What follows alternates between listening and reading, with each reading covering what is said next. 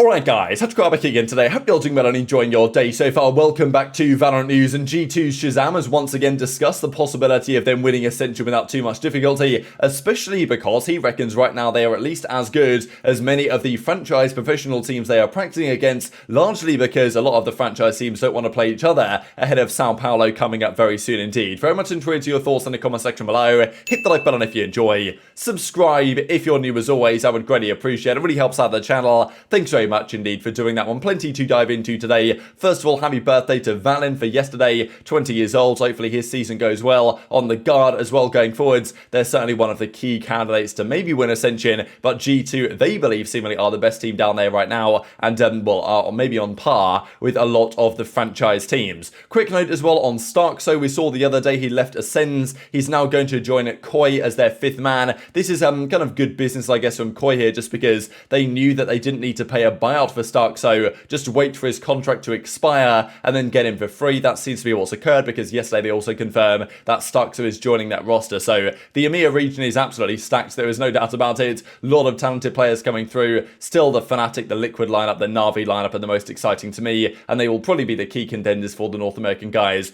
and also the Pacific region when it comes to the Sao Paulo event in, I think it's the 14th of February it begins, but also we're only 4 days away from the Tier 2 qualifiers, and we still don't have all the confirmations yet as to which rosters are actually going to get the free invites, but we pretty much know who they're going to be. Quick update as well on this. We saw the other day from Frosty here stating that the $50,000 LAN event they played for Nerd Street back in August has not been paid out. Also, Benita from SR says they're missing prize money from Game Changers 2 and 3, I'm guessing, so that's obviously not a good thing at all. And John Fazio from Nerd Street actually replies to this and says, "We're doing our best to get everyone paid ASAP. Anyone outstanding can contact me directly for an update on timing. Unfortunately, we're often at the mercy of third parties like brands and publishers that we produce these events on behalf of. When they don't pay, we're on the hook," which I think is a fair point. It's always difficult, right, to know whether, they're just trying to deflect the blame onto others, because in fairness, Knights don't seem to run into these issues too much. Maybe it's a liquidity thing as well. Like if they've got the money there to pay, then they can pay now and then wait for the money to come in later. If they don't have any liquidity and therefore they're waiting for the brands and publishers to pay them before they can then pay out the recipients of the prize money, then it's going to cause some delays, and maybe that's not the best way to run the business, or maybe it's not entirely their fault, maybe it is entirely the fault of the brands that they work with, who knows. But still, he reckons that they're going to try and pay. It's not like one of these brands, and we've seen many dodgy organizations in esports history. Not always a top tier industry for this type of stuff, with organizations scamming their players and signing them for contracts, never paying them any money, owing them millions, not necessarily millions, but millions in total across all the boards, often like tens of thousands to certain players that never get paid out. It's happened plenty of times, so hopefully this situation all gets resolved in due course. Also, Joe V, right, former 100 Thieves head coach of the Valorant division, is going to join Evil Genius's Game Changers lineup. So pretty interesting that many organizations have got rid of their Game Changers team, e.g. still going hard with it, and he's going to be the head coach, it seems, of that roster going forwards. Could also get involved as well with their main team. We'll see how it goes for them also. Let's talk NRG then, because the key point I think for many of these teams in practice right now is getting ready to go for the Sao Paulo event in Brazil in the middle of February. There's only about a month or so of practice for these teams to have before they begin. Now, finally, NRG got ready to go yesterday. I guess Sentinels are also starting now because Pancada is there, Sassy is there, they can start scrimming as well. But NRG's first day of practice was yesterday. This is the lineup, of course. Well, Chet, the head coach, Artis is here, FNS nowhere to be found. This is Thwifo, I'm pretty sure, on the right-hand side here, but Crashies, of course, Som and Victor, and Artis now finally joining the team, and I guess FNS is playing with these guys online or something, or whatever the case was, but nonetheless, they got the practice ready to go, and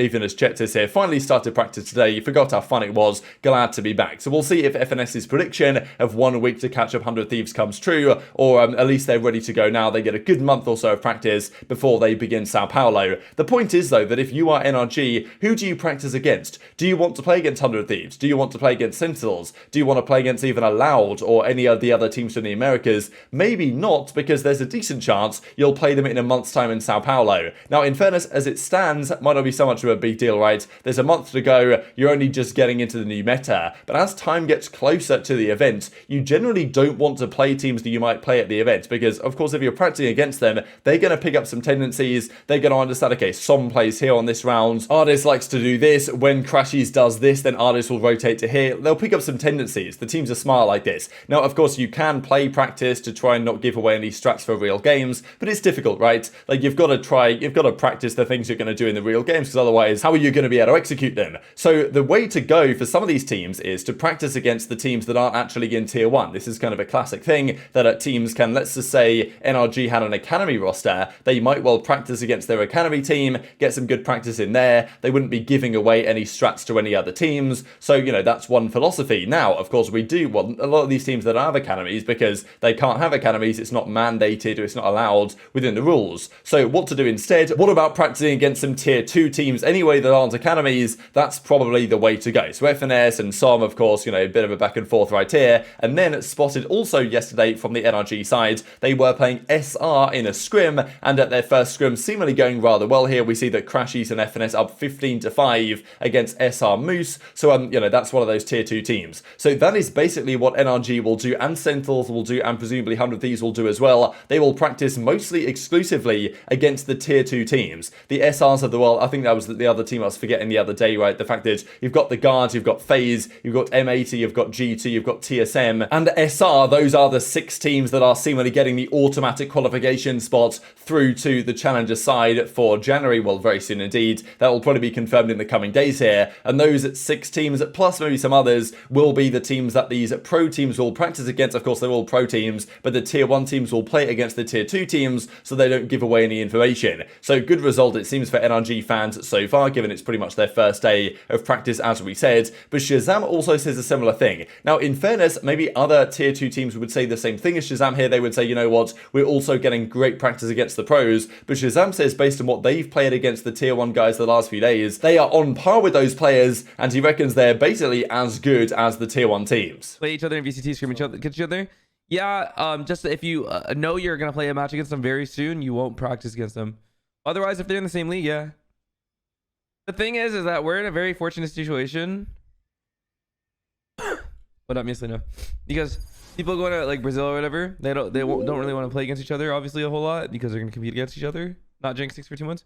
But since we're not franchising and we're still like a very good team, I feel like we're just as good as other teams in franchising. Every team wants to scrim us, since they're not gonna play us in Brazil. What did Kingdom get itself? So we get a lot of good practice.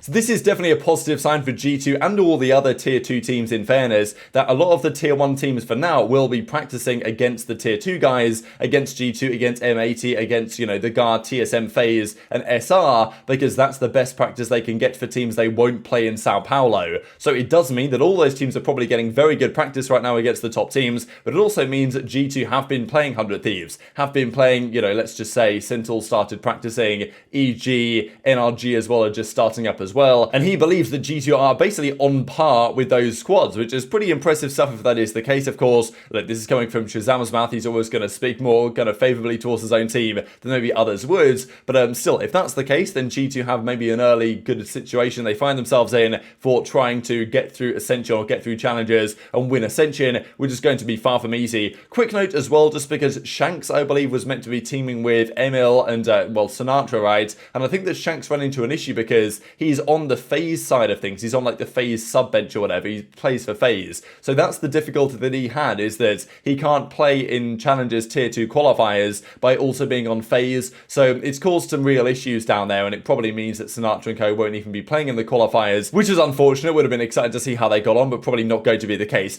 Couple of things to close out the video here with. Firstly, this from the Platchat guys coming up with their top 10 list of players predictions for 2023. Now, of course, that Barlow one down here is just joking around, but apart from that, I think this list is legitimate in terms of what they believe and who is going to be the #1 player of the season. So their prediction is that Cryo is going to be the best player this year. Now, of course, difficult to say how accurate this is going to be. If they could get this anywhere near correct, it might be legitimate. But of course, this does depend to some great extent on how good the teams are. And if Cryo's #1, then you would also expect to have at least one other 100 Thieves player on this list quite high up, just because, you know, if the team is doing so well, such that an individual player on that team is considered the best player in the world, which means they win events basically, then there's going to be other players on that team contributing very highly. So if Cryo's number 1, I think Bang will be higher than 13th. That's just like the way it should go. But you know, who knows? So anyway, they've got Sagetsu here, they've got Mako from various teams around the world, then Aspas, then Jing. So really differing, differing nationalities here, which is pretty cool. Differing teams in different regions. Then Ye number 6, then Durka, Nats, Chronicle, Zekken rounding out the top 10, and then just on the brink of the top 10, they've got Safe, Shao, Bangers here, Leo now on Fnatic, Pancada of course on Sentinels,